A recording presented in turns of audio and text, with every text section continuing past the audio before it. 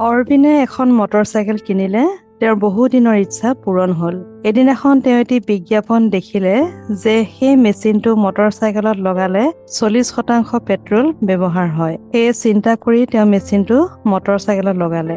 আৰু কেইদিনমানৰ পিছত দ্বিতীয়টো বিজ্ঞাপন দেখিলে যে সেই মেচিনটো মটৰচাইকেলত লগালে 60% পেট্ৰল কমকৈ ব্যৱহাৰ হয়। তেওঁ ভাবিবলৈ ধৰিলে প্ৰথম মেচিনটোৱে 40% আৰু দ্বিতীয় মেচিনটোৱে 60% পেট্ৰল ব্যৱহাৰত যদি ৰাহি হয় তেন্তে মোৰ পেট্ৰল ভৰাবলগীয়া নহ'ব। তাকে ভাবি তেওঁ দ্বিতীয় মেচিনটো মটৰচাইকেলত লগাই ল'লে।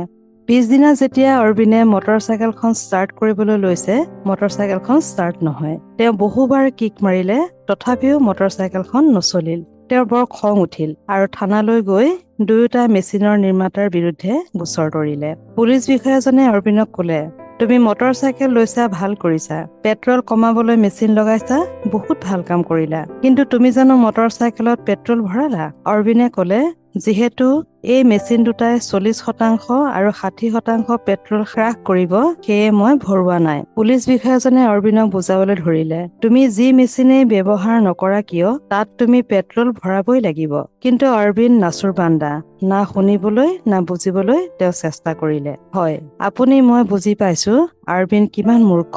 প্ৰিয় শ্ৰোতা, অৰবিনৰ দৰে আজি ময়ো যে কিমান মূৰ্খ বুজি পালেনে? আজি আমাৰ এই জীৱনৰূপী গাড়ীত মেচিনৰ নিচিনাকৈ ধন সম্পত্তি, গাড়ী, ঘৰ, আৰাম সকলো আছে। কিন্তু যিদৰে পেট্ৰলৰ পিনে সেই মটৰচাইকেলখন নচলিল, তেনেকৈ প্ৰেমৰ অবিহনে এই জীৱনৰূপী গাড়ীত সকলো অসাৰ। আজি আমাৰ এই জীৱনৰূপী গাড়ীত প্ৰেমৰ প্ৰয়োজনীয়তা আছে।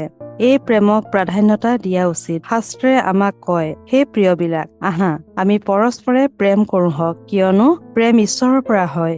যিকোনোৱে প্ৰেম কৰে তেওঁ ঈশ্বৰৰ পৰা জন্ম পোৱা আৰু তেওঁ ঈশ্বৰক জানে। আহক আমি নিজৰ মাজত প্ৰেম ৰাখোঁ হওক। আমি প্ৰেমক প্ৰাধান্যতা দিমনে?